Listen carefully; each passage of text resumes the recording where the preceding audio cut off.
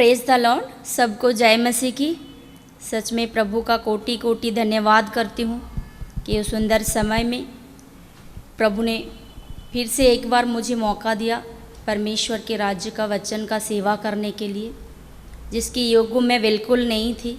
लेकिन सच में प्रभु की योजना कैसे हुआ मुझ पर मुझे नहीं पता, लेकिन प्रभु ने मुझे चुनकर अपने राज्य की सेवा के लिए मुझे तैयार किया। मैं प्रभु का धन्यवाद करती हूँ। सारी महिमा प्रभु को देना चाहती हूँ। पहले छोटी सी दुआ करूँगी। धन्यवाद पिता परमेश्वर, धन्यवाद पुत्र परमेश्वर, धन्यवाद पवित्र आत्मा परमेश्वर।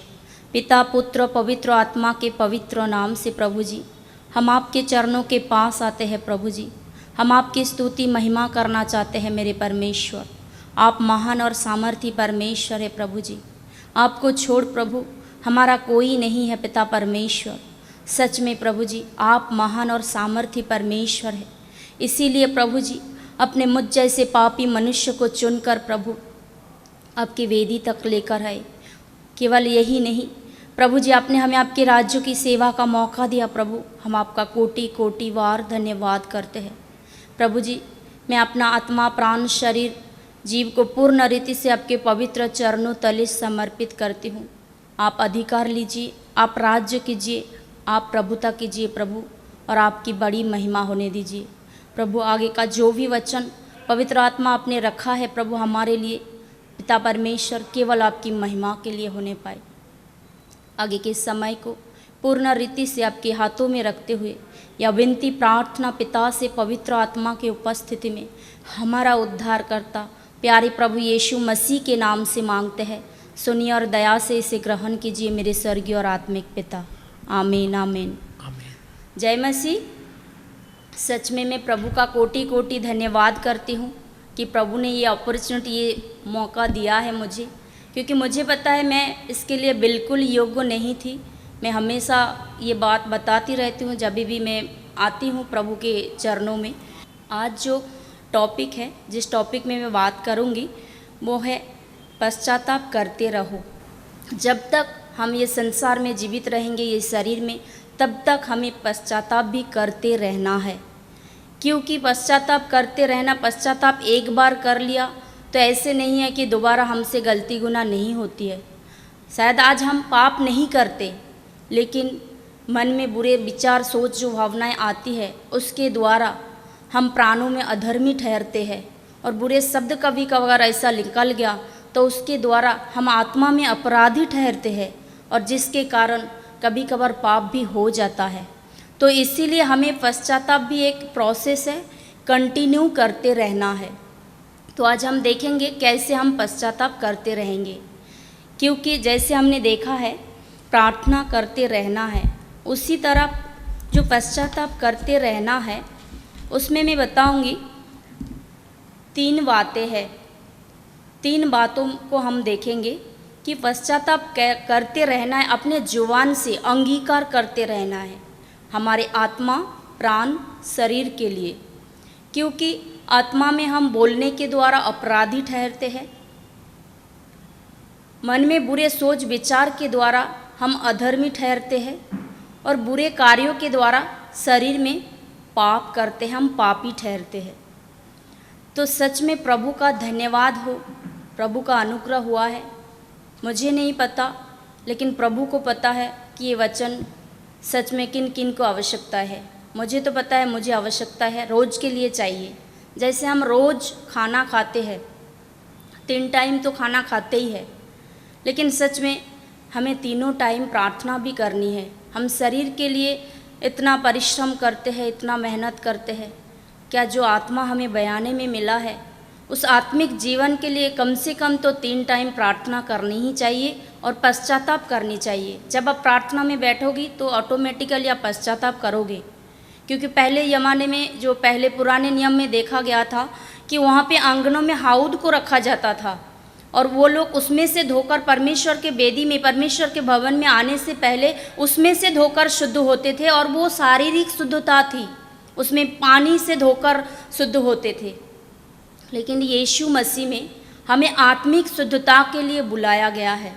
तो आत्मिक रीति से शुद्ध होना है मतलब पानी से नहाना नहीं है, वचन को कन्फेस करना है, वचन को अंगीकार करना है।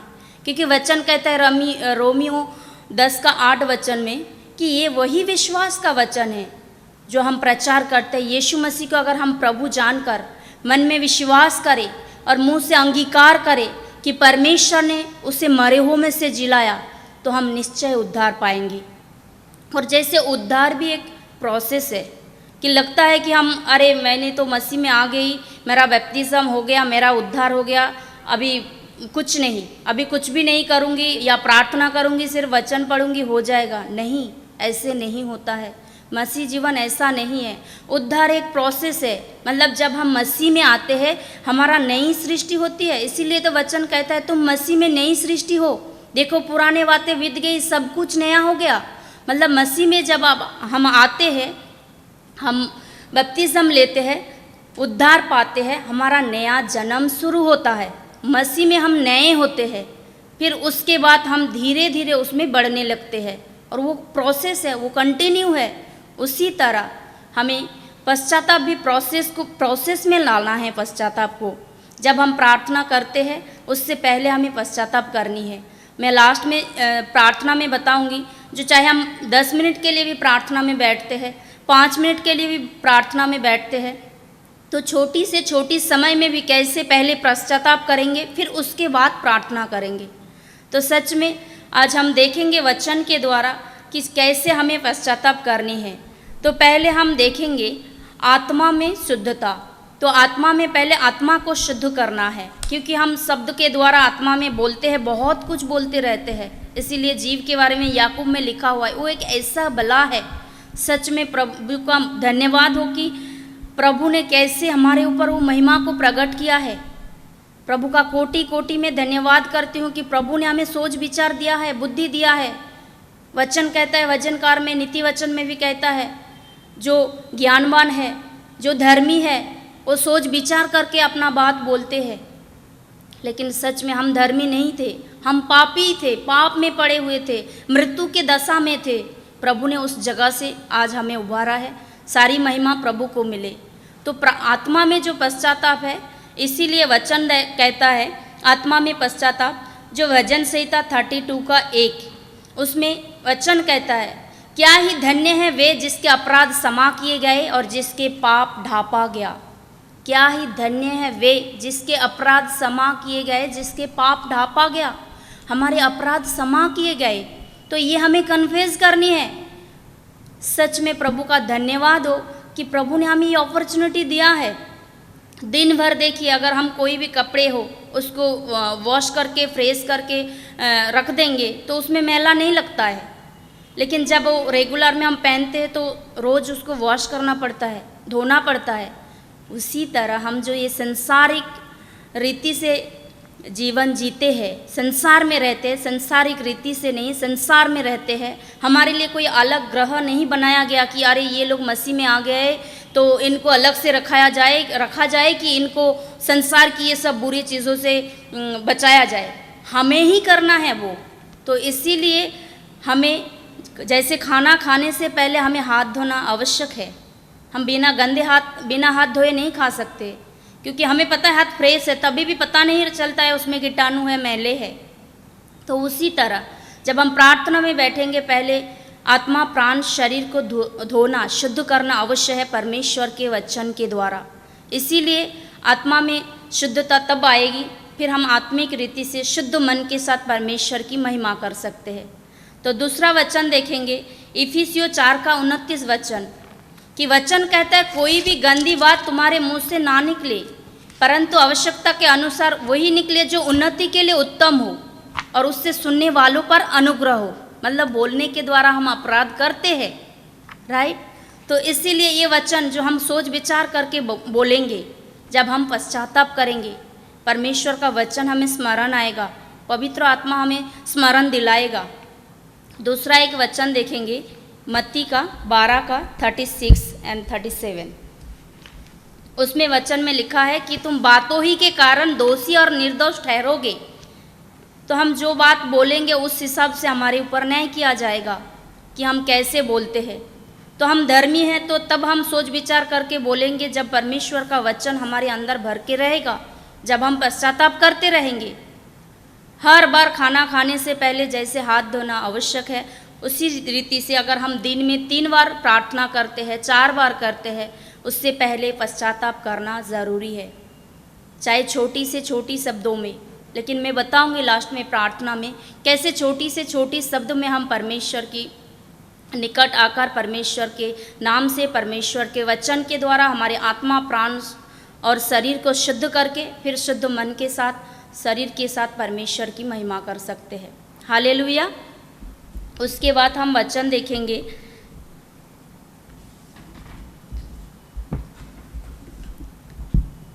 प्राणों में, जैसे आत्मा में हमने अपराध जो किया, वचन को कन्फेस किया, हमारी आत्मा शुद्ध हो गया। अभी प्राणों में जो अधर्म करते हैं, प्राणों में अधर्म कैसे होता है? बुरे सोच विचार के द्वारा। सच में जो आज मसीह में जीवन बिताते हैं, जो भक्ति के साथ जीवन बिताते हैं, सच में परमेश्वर के राज्य का जो आज्ञा है, प्रभु यीशु मसीह का जो आज्ञा है वो पालन करते हैं, वो पाप नहीं करते। लेकिन विचारों में, मैं वेदी के ऊपर खड़ी हूँ, परमेश्वर की उपस्थिति में बोल रही हूँ, आप विचारों को खंडन कर ही नहीं सकते हो। विचारों में जो आप सोचना नहीं चाहते वो आता ही है। हम बुरे सोच विचार नहीं रखना चाहते हैं तभी भी आता है, क्योंकि जब हम प्रभु के पास रहते हैं, वो शरीर के द्वारा तो शैतान पाप नहीं करवा पाता है, इसीलिए हमारे विचार को अटैक करता है और हमारे विचार में ऐसे गंदे गंदे विचार लाता है जो हम सोचना ही नहीं चाहते हैं। पौलुस भाई इसीलिए कहता है जो मैं नहीं करना चाहता वो मुझसे हो जाता है और जो मैं करना चाहता हूँ मुझसे नहीं होता है। तो सच में हमारे विचार में बुरे थॉट आता ही है, जिसके कारण हम अधर्मी ठहरते हैं। तो वो जो हमारे बुरे विचार में आता है, प्राणों में होता है। प्राण अर्थात हमारे शरीर में जो ब्लड है, लहू, लहू में प्राण है, उस प्राण को भी शुद्धिकरण करना है परमेश्वर के वचन के द्वारा। तो उसके लिए हम वचन देखेंगे, वही भजन संहिता 32 का 2 वचन में, क्या ही धन्य है वे जिसके अधर्म क्षमा किए गए और जिसके लेखा यहोवा ना ले। अधर्म का लेखा, कौन सा लेखा? ये अधर्म का लेखा। अगर परमेश्वर हमारा अधर्म का लेखा लेते तो मैं नष्ट हो जाती, मैं नाश हो जाती, क्योंकि दिन में कितने बुरे सोच विचार हमारे मन में आते हैं। हम चाहते हैं हुए भी वो कंट्रोल नहीं कर पाते, क्योंकि शैतान हमारे विचार में अटैक करता है। तो इसीलिए वचन कहता है क्या ही धन्य है वे जिनके अधर्म क्षमा हुए और जिनके अधर्म का लेखा यहोवा ना ले। तो वो वचन के द्वारा हमें अंगीकार करना है, कन्फेस करना है, प्रभु आप मेरे प्राण की शुद्धिकरण कीजिए आपके पवित्र वचन के द्वारा, क्योंकि आज भी मेरे सोच विचार के द्वारा, बुरे अभिलाषाओं के द्वारा, बुरे भावना, बुरे ख्यालों के द्वारा प्राणों में बहुत से अधर्म होते रहते हैं। हालेलुया। दूसरा एक वचन देखेंगे, रोमियो 4 का 7 और 8 वचन। रोमियो 4 का 7 और 8 वचन देखेंगे, वही है। उसमें भी क्या ही धन्य है वे जिनके अधर्म क्षमा किए गए और जिनके पाप ढांपा गया। क्या ही धन्य है वे मनुष्य जिसे परमेश्वर पापी नहीं ठहराया। सच में प्रभु का कोटि कोटि धन्यवाद हो कि प्रभु हमें पापी नहीं ठहराया। वो हमारे पापों के लिए अपने आप को सूली पर चढ़ाया और अपना पवित्र लहू को बहाया। हम पापी थे, प्रभु तो पवित्र महान है। सच में प्रभु का कोटि कोटि धन्यवाद कि हमारे पाप जो है प्रभु यीशु मसीह ने अपने ऊपर ले लिया है और वो हमारे अधर्म का लेखा नहीं लेते हैं। तो सच में हमारे प्राणों में जो भी अधर्म होता है वो परमेश्वर के वचन के द्वारा अंगीकार करके प्राण को भी शुद्धिकरण करनी है। हालेलुया। हम आगे देखेंगे, आत्मा का अपराध हो गया, प्राणों का अधर्म हो गया, शरीर का कार्य जो है पाप है। शरीर के कार्यों के द्वारा हम पाप करते हैं। जैसे कि आप देखेंगे वचन के द्वारा मैं बताऊंगी कि शरीर के हर अंग है, अलग अलग अंग है, बहुत सारे अंग है, सब अंगों का कार्य भी अलग अलग है। लेकिन कोई भी अगर अंग काम करना बंद कर दे तो उसका कुछ भी अस्तित्व नहीं रहता, वो धीरे धीरे डैमेज हो जाता है, खराब हो जाता है। तो कार्य करता है, मतलब उसमें धूल मिट्टियाँ आते रहते हैं, जो भी हम नहाते हैं, फ्रेश होते हैं, अगर शरीर का अंग काम करना बंद कर दे तो उसका कुछ वैल्यू नहीं रहता है। उसी तरह अगर हम परमेश्वर के जो संतान है, जीवित परमेश्वर के संतान हैं, तो हम जो कार्यों करते हैं, मतलब संसार में रहते हैं, सोच विचार करते हैं, शब्द बोलते हैं, कार्यों करते हैं शरीर के द्वारा, तो उसमें कहीं ना कहीं पाप आता ही रहता है। तो उसे भी हमें शुद्धिकरण करना है। हालेलुया।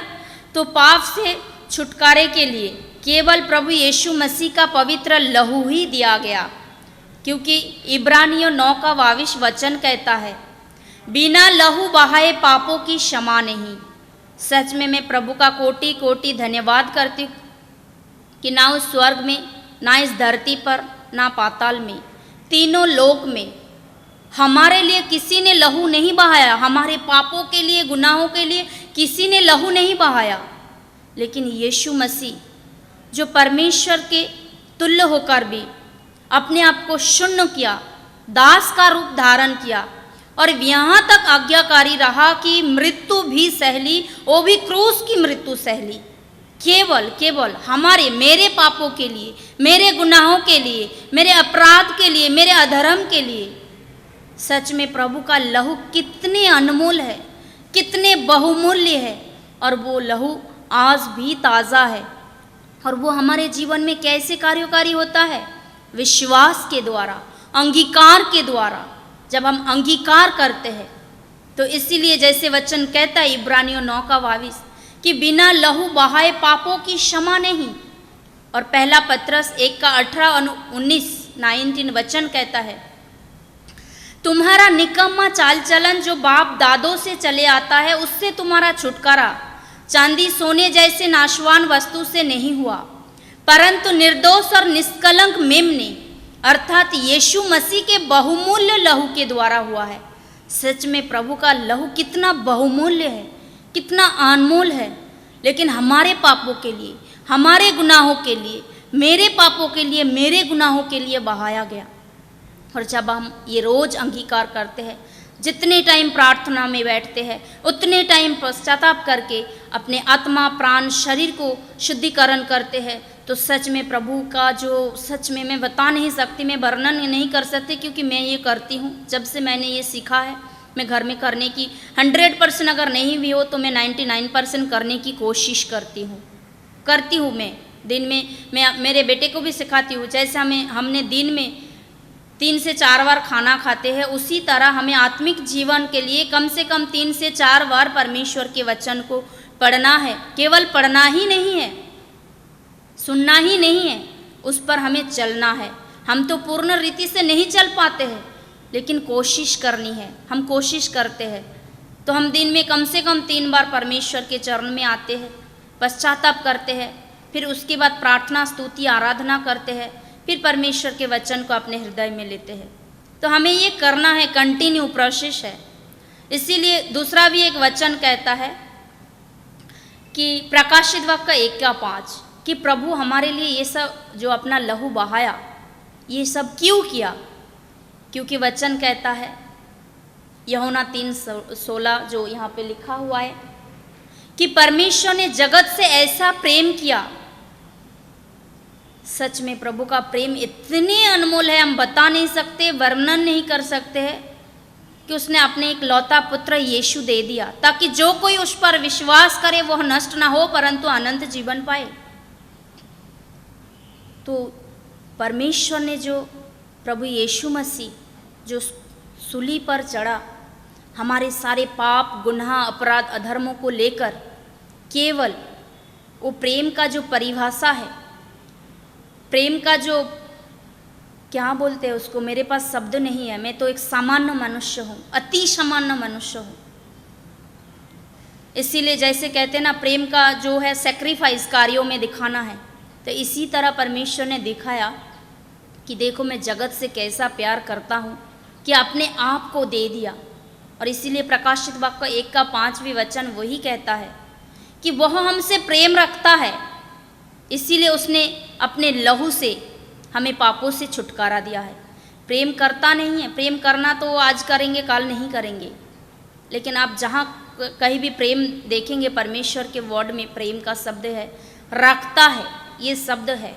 रखना मतलब हमेशा के लिए, अनंत काल के लिए, शुरू से एंड तक, हमेशा के लिए वो प्रेम रखता है, हमसे बहुत प्रेम रखता है। इसीलिए उसने अपने लहू से हमें पापों से छुटकारा दिया है। दूसरा एक वचन देखेंगे, पाप के लिए ही है, कि फर्स्ट कोरिन्थियों 6:20 वचन कहता है, तुम दाम देकर मोल लिए गए हो, इसीलिए अपने देह के द्वारा परमेश्वर की महिमा करो। हम दाम देकर खरीदे गए हैं। वो दाम क्या है? प्रभु यीशु मसीह का लहू। उसका लहू इतने कीमती है, हमारे पास शब्द नहीं, मेरे पास शब्द नहीं है सच में व्यक्त करने के लिए। इसीलिए मैं बोल रही हूँ, क्योंकि मैं जानती हूँ मेरे अंदर क्या बुराइयाँ थी, मेरे अंदर क्या पाप था, क्या कमी थी, क्या घटी थी, मैं कितने पाप में थी, कितने गुनाह में थी, कितने अपराध अधर्म करती थी। मुझे पता है, परमेश्वर को पता है, कोई मनुष्य को पता नहीं है। और सच में हमारे पास्टर जी भी बार बार सिखाते हैं, वो प्रभु के साथ ऐसा संबंध बनाओ कि परमेश्वर हमारे संग संग रहे, हमारे शरीर आत्मा प्राण में राज्य करे। मैं तो पहले दिल से धन्यवाद करती हूँ हमारे पास्टर जी के लिए, कि मैं जो दो मनुष्य के सामने खड़े होकर नहीं बात कर सकती थी, ना कोई मेरा एडुकेशन हाई है, कुछ नहीं, मेरा अस्तित्व कुछ भी नहीं है। आज मैं प्रभु में हूँ, मैं प्रभु को कहती हूँ, प्रभु आपके बगैर मेरा अस्तित्व कुछ भी नहीं है, धूल के किनकों के समान भी नहीं है। सच में मैं प्रभु का कोटि कोटि धन्यवाद करती हूँ कि इतनी अच्छी कलीसिया दिया, इतने अच्छे भाई बहन मिले हमें, और तो और इतने अच्छे पास्टर जी हमें मिले वचन के शिक्षा के लिए। कितने उत्तम रीति से हमें सिखाते हैं, समझाते हैं। जो अनपढ़ भी है, वचन तो कहता है परमेश्वर ने जगत के मूर्खों को चुना इसीलिए कि ज्ञानवानों के ज्ञानों को लज्जित करे। तो सच में इतने उत्तम रीति से हमें वचन की शिक्षा देते हैं पास्टर जी, कि वो हमारे हृदय में जाता है और वो फलवंत होता है, फल लाता है। इस बात में मुझे एक बात याद आई, मैं ज़रूर बताना चाहूँगी। अभी 4-5 दिन पहले की बात है। हम सेकंड फ्लोर में रहते हैं, थर्ड फ्लोर में एक आंटी है, तो उनको क्या हुआ हमें नहीं पता। मैं किसी के घर में तो जाती आती नहीं हूँ, तो मैं अपोजिट साइड में एक भाभी है, उनके घर में जाके ऐसे बातें कर रही थी। तो वो फ़ोन में किससे बात कर रही थी, वो बोल रही थी, अरे ऊपर आशा आंटी, उनका नाम आशा है, वो ऐसे हो गई है, ऑफ हो गई है। मैंने बोला अरे कब, मुझे तो पता नहीं है। बोला अभी मेरी वो फ़ोन कर रही है देवरानी, ऐसे ऐसे हुआ है। मैंने बोला हाँ, पिछले बार भी एक बार उनके साथ ऐसे हुआ था। सब बोल रहे थे कि बहुत सीरियस कंडीशन थी, वो काफ़ी सालों की बात है। आंटी है 65 की एज होगी। तो उसी टाइम मेरा फ़ोन जो था घर पे था, तो मेरा बेटा मुझे बुला रहा था, मम्मी आपका फ़ोन आया है। तो मैंने उनको बताया भाभी मैं बाद में आती हूँ, बात करती हूँ। आई तो फ़ोन तब तक कट गया। फिर मैंने कॉल किया तो देखा उसकी जो बहन की लड़की है उसने कॉल किया था। तो मैंने उससे बात किया तो बोला हाँ दीदी आप प्रार्थना करो, मेरी मासी जो है बहुत सीरियस कंडीशन में है और आईसीयू में है, और वो आईसीयू में ही बेहोश हो गई, उसकी बहुत कंडीशन ख़राब है। तो मैंने बोला अरे इधर तो बोल रही है वो एक्सपायर हो गई है, और इधर ये बोल रही है सीरियस कंडीशन में है, तो मैं क्या करूं। फिर मैंने भाभी के पास गई, देखो बोला ऐसे ऐसे बोल रही है। तो बोला, मैंने उनको बोला देखो जो भी हो, हमें प्रार्थना करने के लिए कहा गया है। मुझे नहीं पता उस टाइम में मैं अगर इग्नोर करती, अरे वो तो ऑफ हो गई, उसके लिए मैं प्रार्थना क्यों करूं। नहीं, मैं उसी टाइम रूम में गई और प्रार्थना किया, प्रभु से मांगा और प्रार्थना की। सच में प्रभु के महिमा के लिए बता रही हूँ, सारी महिमा प्रभु को मिले। मैं तुच्छ हूँ, मैं एक जरिया हूँ प्रार्थना के लिए। सच में प्रभु ने हमें ये सौभाग्य दिया, इसके लिए भी प्रभु का कोटि कोटि धन्यवाद करती हूँ। मैं प्रभु का आभारी हूँ कि उसके बाद प्रार्थना करके मैं वो बात को रख दिया। फिर मैं किसी से पूछने नहीं गई कि उनके साथ क्या हुआ है, कैसी है, क्या है। फिर उसकी जैसे ही बहन की बेटी ने कहा तो मैंने प्रार्थना करके फिर रख दिया। फिर रात को मैंने उनको मैसेज किया, दूसरे दिन रात को मैंने मैसेज किया कि आपकी मासी अभी कैसी है? तो बोल रही है मासी ठीक है। मैं सुन के इतना खुश हो रही थी। इन्होंने बोला सारी महिमा प्रभु को मिले। बोल रही थी वो बेहोश हो गई और बहुत कंडीशन ख़राब था, डॉक्टरों ने तो ऐसे ही बोल दिया था। सच में अभी वो होश में आई है, सब कुछ ठीक है और कल उनको डिस्चार्ज मिला है, घर पे आई है। सारी महिमा मैं प्रभु को देती हूँ कि सच में हमें कोई भी बातों को देखकर कोई भी परिस्थिति को देखकर इग्नोर नहीं करनी है, उसी टाइम पे प्रार्थना करनी है। तो सारी महिमा प्रभु को मिले। मैं जितना भी गवाही बताऊंगी बहुत कम पड़ जाएगा। दूसरी भी एक आंटी आई थी बीच में लॉकडाउन के टाइम पे, ऐसे सबों के घर में आना जाना तो बंद है, वो बाहर रहती है, तो बाहर मीन्स हमारे बिल्डिंग से थोड़ा दूर रहती है। तो वो सुबह सुबह अपने बेटे को लेकर मेरे घर पे आ गई। बोला मेरा जान ही निकल जा रहा है, ऐसी तकलीफ़ है, गोलियाँ लिया ठीक नहीं हुई मैं, तू मेरे लिए प्रार्थना कर। मैंने बोला हाँ मैं तो ज़रूर करूँगी। मैंने फिर प्रार्थना की, उनको पानी पिलाया। फिर थोड़ी देर के बाद वो बेटे के साथ गई। दूसरे दिन वो गवाही देने के लिए आई कि सच में मैं तो मरने पर थी, प्रभु ने मुझे बचाया, मैं प्रभु का धन्यवाद करती हूँ। फिर वो मुझे बोलने आई। मैंने बोला देखो सारी महिमा प्रभु को दो, कार्यों प्रभु ने किया है, हम कुछ नहीं करते, हम सिर्फ प्रार्थना करते, हम पुकारते हैं, भक्ति के साथ परमेश्वर की महिमा करते हैं। तो सच में प्रभु का धन्यवाद हो कि प्रभु ने हमें ये अपॉर्चुनिटी दिया है, ये मौका दिया है। आज संसार में कैसी परिस्थिति चल रही है सबको पता है, लेकिन प्रभु हमें उत्तम रीति से संभालता है, उत्तम पदार्थों से खिलाता पिलाता है, हमारे हर एक ज़रूरतों को आवश्यकता को पूरी करता है। तो सारी महिमा प्रभु को मिले। सच में प्रभु का कोटि कोटि धन्यवाद। जिस तरह हमें निरंतर प्रार्थना में लगी रहनी है, उसी तरह प्रार्थना करने से पहले हमें पश्चाताप करना ज़रूरी है, आवश्यक है। क्योंकि देखो आप बिना हाथ धोए खाना नहीं खा सकते, आपको पता है, चाहे आप 3 बार खाते हो, 4 बार, 2 बार, जितने बार खाते हो। इसीलिए आप दिन में जितने बार प्रार्थना में बैठते हो उससे पहले अपने आप को शुद्धिकरण करना आवश्यक है। आत्मा प्राण शरीर में शुद्धिकरण परमेश्वर के वचन के द्वारा। चाहे आप 10 मिनट का करो प्रार्थना, 20 मिनट का करो, जितना आपका टाइमिंग है।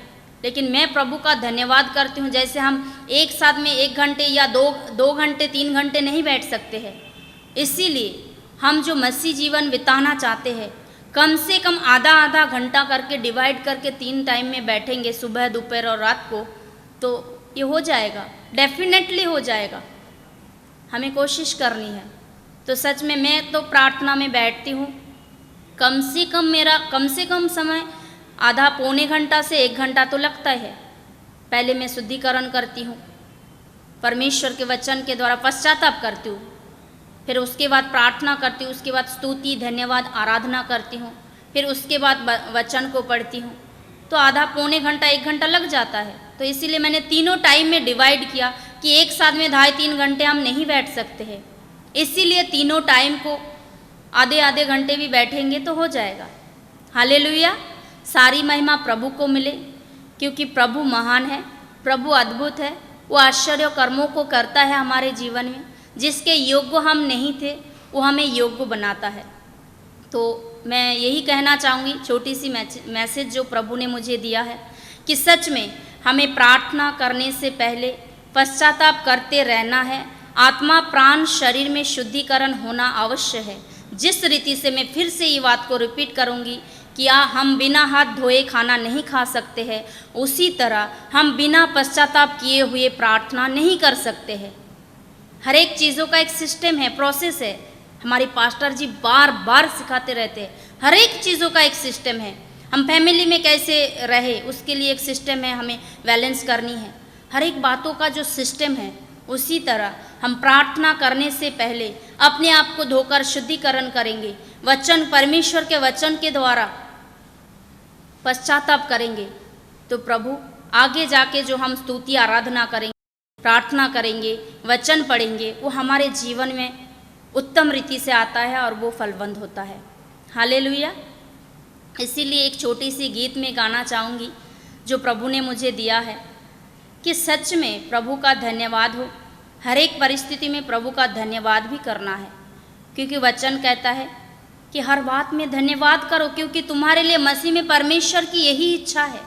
ये परमेश्वर की इच्छा है कि हम हर बात में धन्यवाद करें।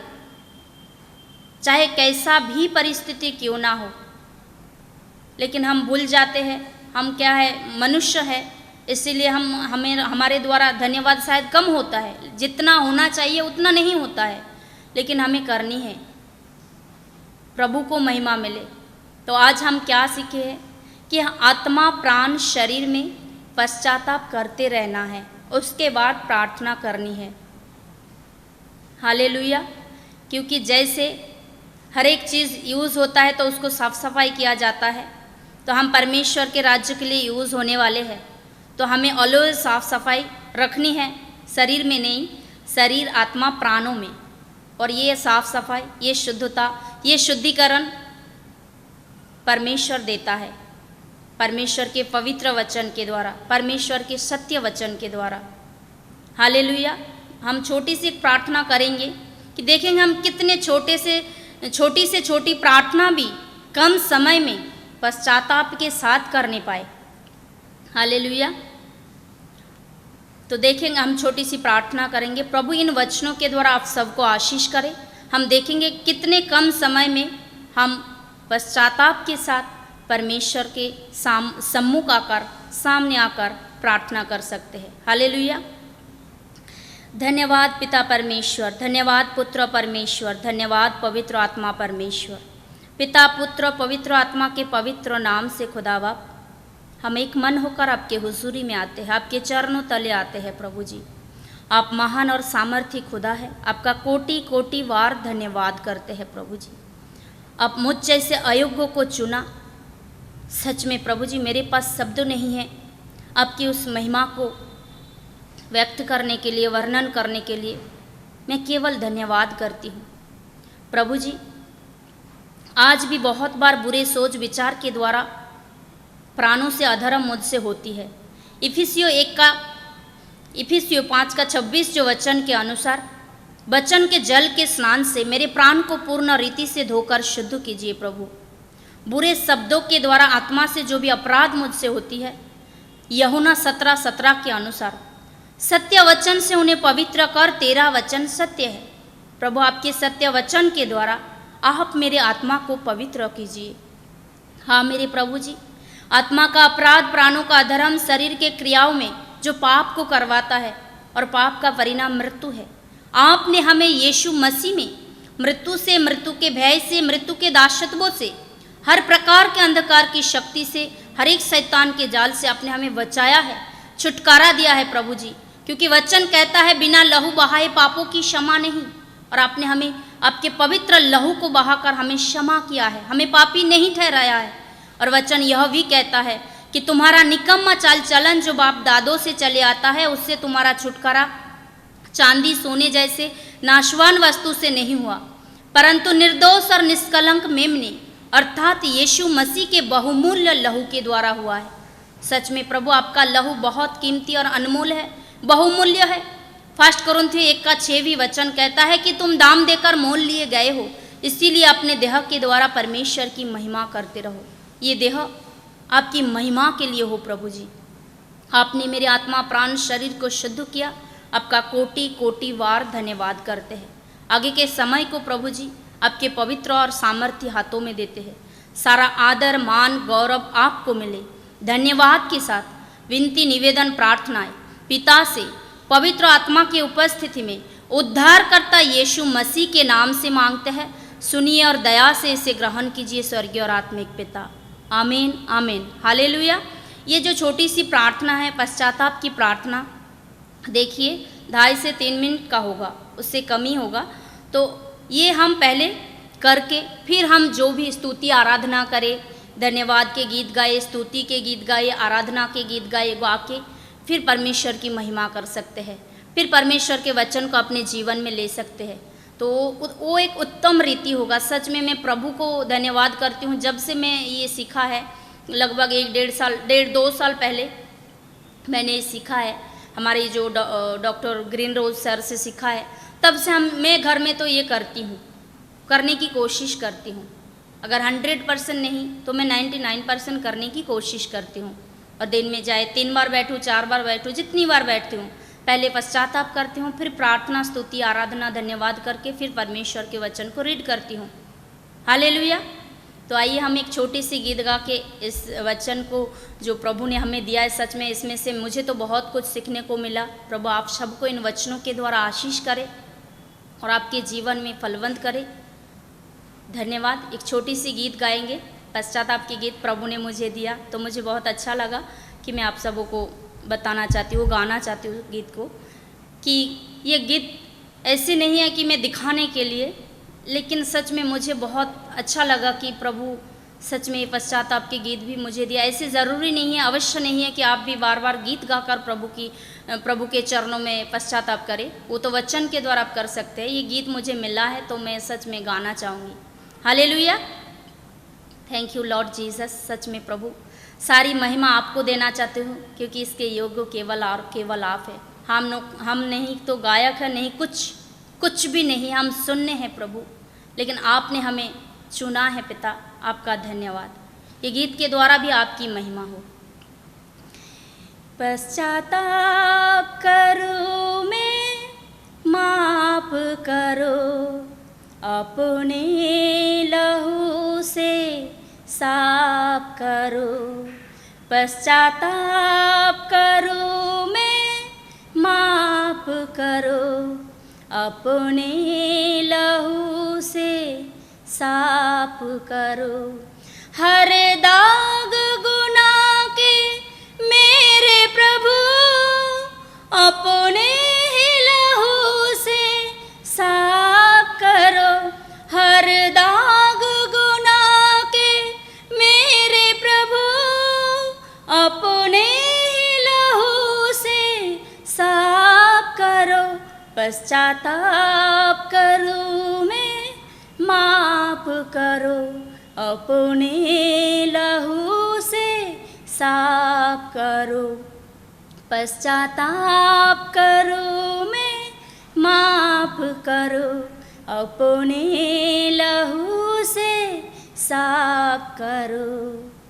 अपराध जो मैंने अब तक किए, वे तुझसे नहीं छुपे हैं प्रभु।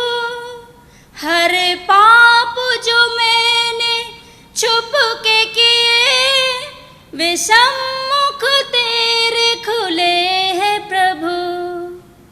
अपराध जो मैंने अब तक किए, वे तुझसे नहीं छुपे हैं प्रभु। हर पाप जो मैंने छुप के किए, वे सम्मुख तेरे खुले हैं प्रभु। आता पास ना मुझको दूर करो, मेरे हाल पर दया करो। आता पास ना मुझको दूर करो, मेरे हाल पर दया करो। पश्चाताप करो मैं माफ करो। टूटा मन जो लेकर पास आए, वे तुच्छ नहीं है तेरे लिए। जो मान कर पाप उन्हें छोड़ भी दे, तू दया है करता उसके लिए। टूटा मन लेकर जो पास आए, वे तुच्छ नहीं है तेरे लिए।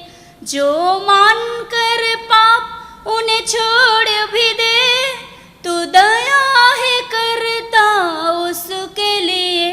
टूटा मन मेरा स्वीकार करो, सपनों को मेरे साकार करो। टूटा मन मेरा स्वीकार करो, सपनों को मेरे साकार करो।